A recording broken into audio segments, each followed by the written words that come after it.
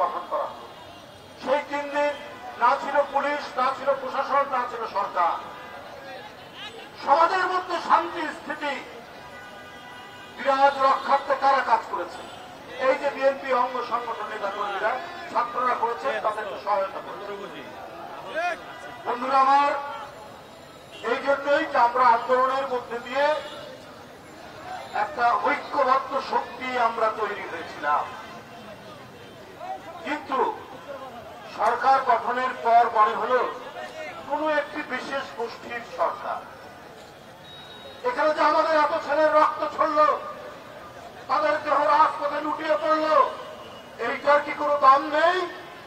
কিন্তু আপনারা যা করতে চাইলেন আমরা অনেকটা তার বিরোধিতা করলাম। মব কালচার, মব সৃষ্টি করে এটা আমরা মানতে পারি।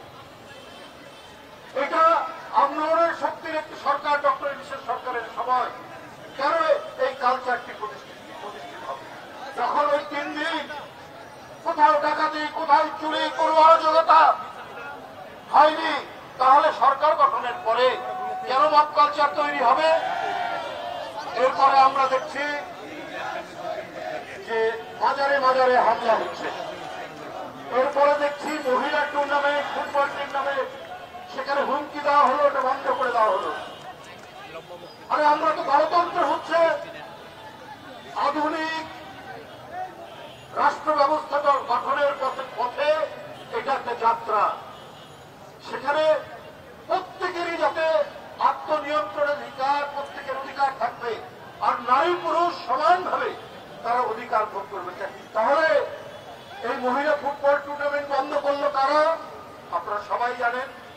এগুলো কিসের আলামত? এত ভয়ঙ্কর আলামত আপনারা তৈরি করেছেন। আমরা এই বিষয়গুলোকে খুব একটা আমরা সমর্থন করিনি, আমরা মাজার ভাঙার সমর্থন করি। আস্তে আস্তে আস্তে আমরা সত্যিকার অর্থেই একটা গণতন্ত্রের যাতে চর্চা হয়, এই কারণে বললাম সরকার আর আধুনিক রাষ্ট্র পরিচালনার দায়িত্ব তো রাজনীতিবিদের। তাহলে সেই রাজনীতিবিদরা আজকে বঞ্চিত করো কেন? আজকে নির্বাচন পিছানোর কথা বলা হয় কেন? বলা হয় কেন? ফেসবুকে লেখা হয় যে 5 বছর পর্যন্ত এই সরকার থাকুক। এগুলো কি উদ্দেশ্য প্রণোদিত তাহলে মনে হয়?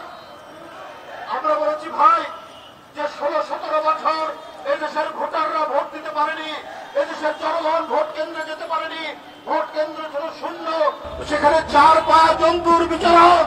ওই ভোট কেন্দ্র তো আমরা দেশের জনগণ চাইনি, এর জন্য 71 হয়নি, এর জন্য 90 হয়নি, এই জন্য 7ই নভেম্বর হয়নি।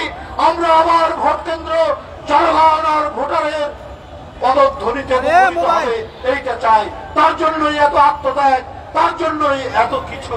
তাহলে ভোট কেন পিছাবে? এটা তো আজকে গোটা জাতির প্রশ্ন। তাহলে নিশ্চয়ই ভিতরে ভিতরে অত্যন্ত গভীরে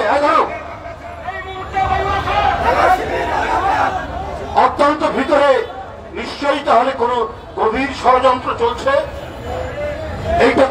এইটা তো হতে পারে না কখনোই। আমরাও বলেছি সংস্কার চাই যৌক্তিক সময়, নির্বাচন দিন, একটা নির্দিষ্ট সময় বলে দিন, বেশি প্রলম্বিত করবেন না, এটাই আমরা বলেছি।